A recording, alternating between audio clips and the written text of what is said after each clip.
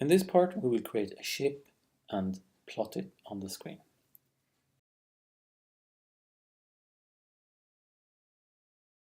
We need a new class, ship.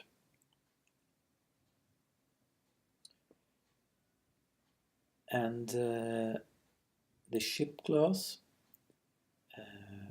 needs a plot function, of course.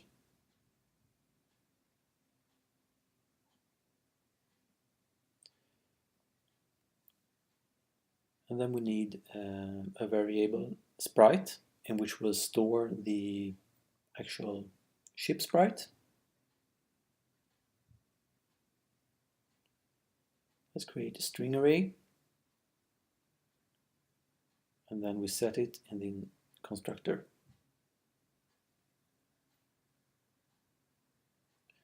Of course, it needs to be within the ship scope. Okay. Sprite equals new string, 3 rows.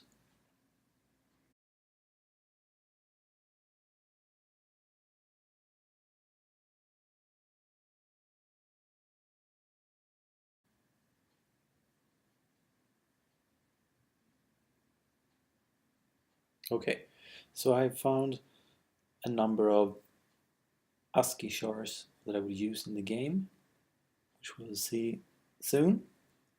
And based on them, I have created a ship. It looks like this.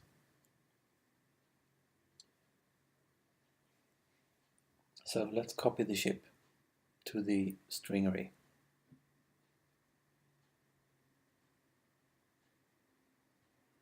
To make the graphics smoother further on, I have a space in the beginning and the end, to the left and to the right.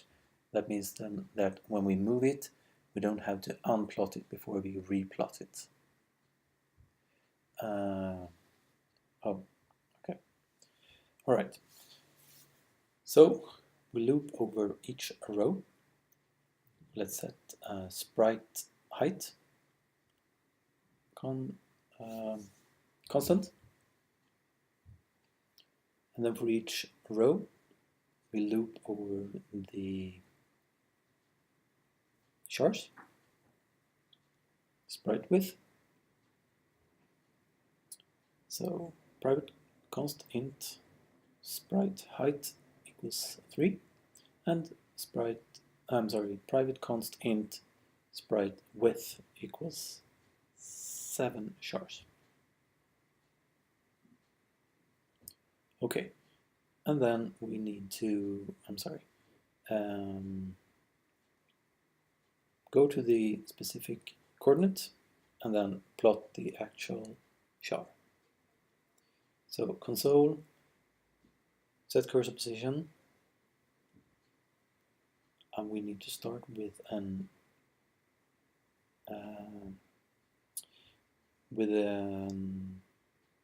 init position, of course. So let's create another 2 variables, private int x and private int y.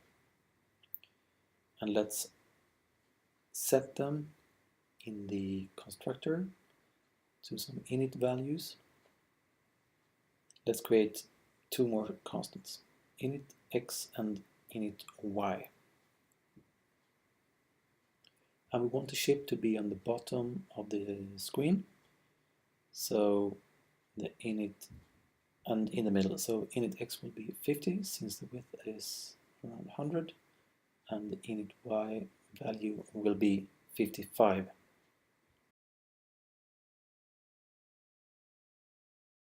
And then we set the cursor position to x plus j and y plus I. And finally, console write the current char indexed by y and indexed by I and j. And that should be it. Okay, the plot function must of course be within the ship class scope. Yes.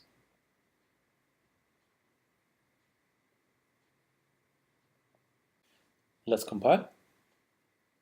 and it worked. Now we just need to go to our game class and create a ship variable, and then instantiate it in the constructor. And finally, we need to plot it in the play method, ship.plot. Okay, this should work. And it did. There it is.